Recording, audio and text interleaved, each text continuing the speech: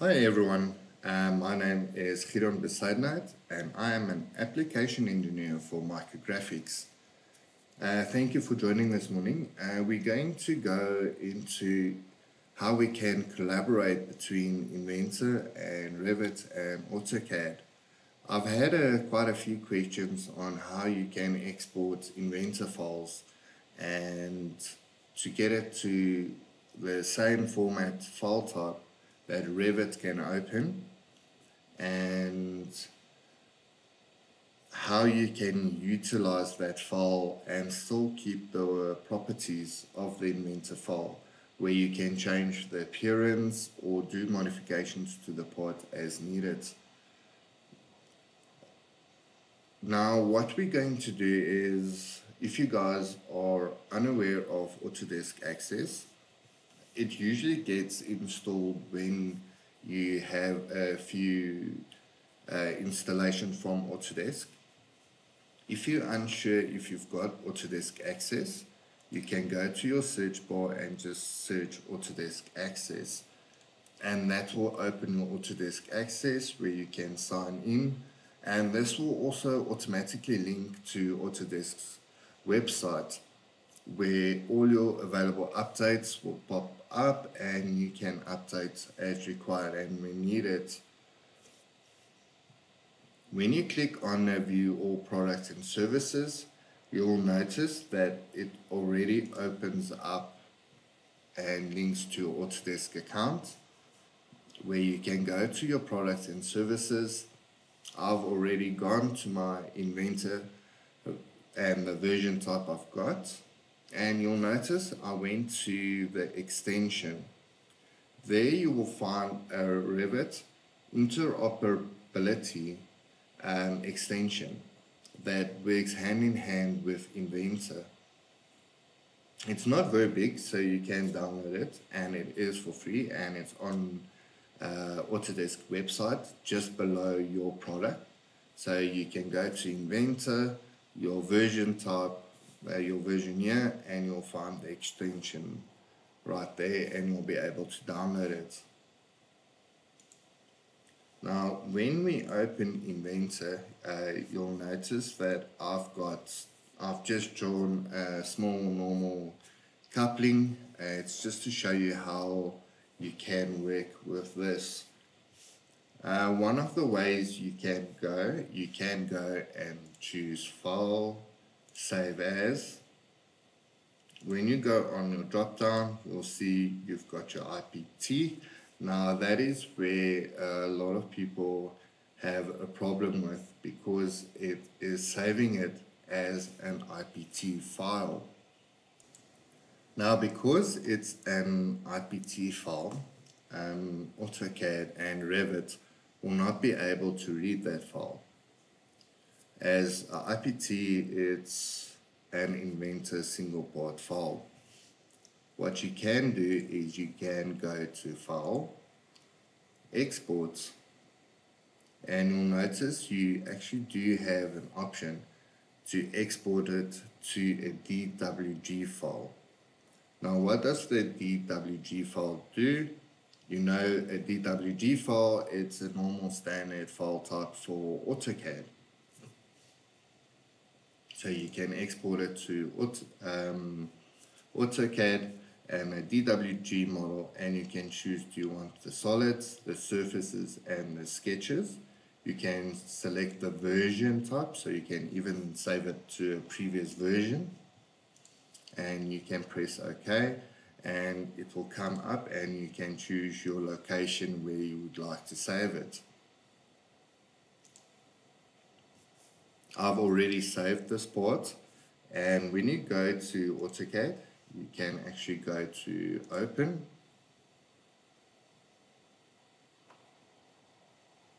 I'm just going up one, and then you can go and search for that specific file that you are looking for and where you have saved it, and you can browse to that location. And I'm gonna click on it just to open it, and it takes just a few seconds for it to open. Now, it was a normal coupling. If I change my workspace to be 3D modeling, you'll notice that you actually have your different view types. And this whole 3D model, it's readable in Inventor. When you go to your homepage and under your view, here you can choose between your different views. If you want shaded with gray, or for instance a realistic view, it will allow you to show you the coupling in a realistic view environment. And as you can see, everything actually came through. So this is a quite nice feature if you draw in AutoCAD, in Inventor, sorry, my apologies. If you draw in Inventor, you can open it in AutoCAD. And you do get the full 3D version. Now, because I installed that extension for Revit, one of the other things you can do is to save this as a .rfa file. RFA files, it's a normal Revit file, so you can open this file in Revit and you'll be able to make your modifications to a part or change the appearance, and you do get the history of the part when you open it in Revit. To do that, you go to your Environments tab and BIM Content. Now you have your few options available, so we're only going to export the building component. I know this is not really a building component, it's just a coupling, but you can use it, for instance, as a nozzle for a vessel or so on. I'm just going to my Revit file. I've already saved it as a .rfa file, but here you can look for the location, browse for the location where you want to save it, and you can see on the scroll down, you can save it as a .ifc, add a Autodesk Exchange file or a Revit family file. Once you've saved it, it will save it, and couplings for iPods already exist, and it's just going to ask me to overwrite. If you haven't saved it before, you can give it a name and just follow all the instructions to save it. And once it's saved, you can email that specific file to your customer, for instance, or whoever you are working in collaboration with, and they'll be able to open that in Inventor, in Revit. The Inventor file will be able to open in Inventor. And just to show you what that file does, that is the .rfa file, and there you actually do get an Autodesk Inventor translation report. It gives you information. The translation, it's a Revit family file has been created, where it was sent from, and it gives you some information like the faces, the component type. That all depends on how you've set it up. One very important thing to remember is this would be all set up according to the property set in Inventor, and before you actually go and convert it to an RFA file, make sure your front view and top view is set correct. Now it works in the other way as well. One of my colleagues sent me a drawing he created in Revit that is a RFA file, so I can actually go to I'm just going to open a new random port. I'm going to my import option, and I can actually import the specific Revit file. Now that might take a few seconds because it's quite a big file. As you can see, you can choose your import type if you wanted a reference model or convert the model. After it's converted, you'll see your preview.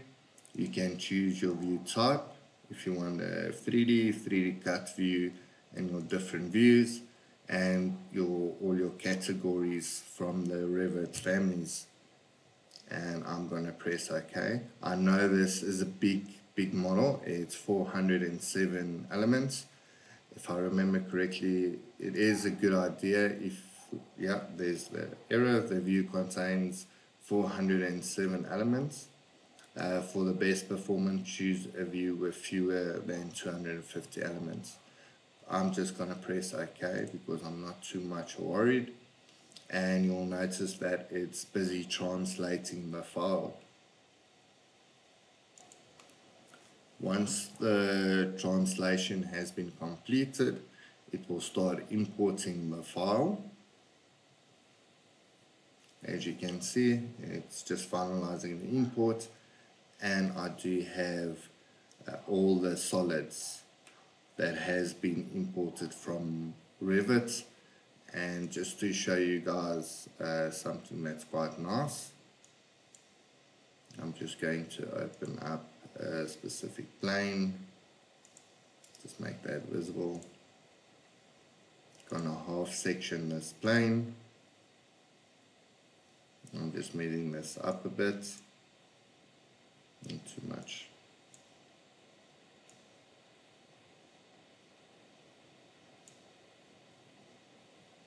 Just zooming in a bit. And as you can see, I am able to see even the chairs and the kitchen and all the extra things that has been drawn in Revit. It's available in Inventor. So that's something that's quite nice and quite neat. You can also make drawings on top of this drawing and make changes on certain things. For instance, if I'm going to press Ctrl Z,